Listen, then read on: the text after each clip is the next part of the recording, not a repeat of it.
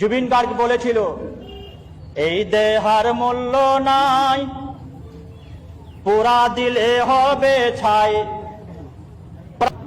আমরার আসামত সবার প্রিয় শিল্পী জুবিনদারে নিয়ে বাংলাদেশের একজন হুজুরে কিতা কন ভাই অকল পুরা ভিডিওটা শুনিয়া যাও।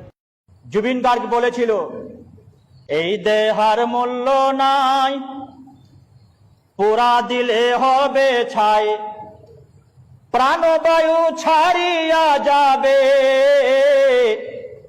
নদীর কূলে বাসর হবে অন্তিম কালে। পিতা মাতা সোদর ভাই, এলায় আছে এলায় নাই, মানে আসামি ভাষায় বলছে, পিতা মাতা সোদর ভাই, এলায় আছে এলায় নাই, সবাই তো ছাড়িয়া যাবে, আমারও যাইতে হবে সময় আসিলে। কয়েকদিন আগে আসামের একজন বড় সুপারস্টার মারা গেছে, তার নামটা আপনারা সবাই জানেন, জুবিন গার্গ। সে আগে যা গানের মাধ্যমে বিশ্ববাসীকে উপহার দিয়েছিল, মারা যাওয়ার দিন মনে হয় সেটা অক্ষরে অক্ষরে পালন হয়েছে।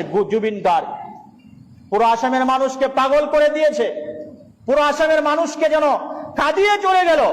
এত জনপ্রিয় থাকতে পারে একটা মানুষের, আমি ভাবতে পারিনি।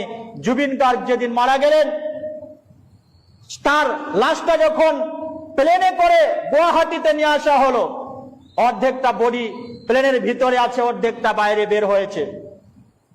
তার আগেই যেন একদম পুরো এয়ারপোর্টের যত কর্মচারী, যত কেবিন ক্রু থেকে শুরু করে সবাই যেন কাঁদতে কাঁদতে, পুলিশ প্রশাসন